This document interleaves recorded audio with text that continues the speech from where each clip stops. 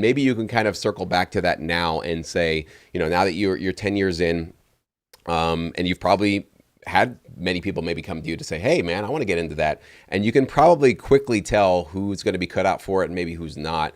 Or maybe you can. Maybe I'm putting words in your mouth. But if there's any advice you can give now for everybody watching to say, all right, how do I know if I've got what it takes to get to Steven's level, to stick with this for 10 years plus, to keep cranking out consistently? Like, what are some of the personality traits or just skills that you think somebody has to have to even have a prayer at making this potentially part-time or full-time income?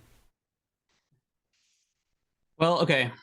I think like the number one thing you need to have is I guess I would just say grit, and that doesn't just mean, and I don't mean just in not giving up on the career, but it also takes grit to get to the point musically where you can pull this off. Because I see a lot of people that want to put the cart before the horse, and they're like, I want to make money. I heard you can make money doing this, and you can, but not without the music skill to get there. And I'm not saying you need to go to Berkeley, and get a formal degree, but there's if you don't know music and if you can't work your way from an idea to a finished track, and do it, do the musical things you need for production music, like the ability to end a track on a strong note and the ability to transition between energy levels and stuff.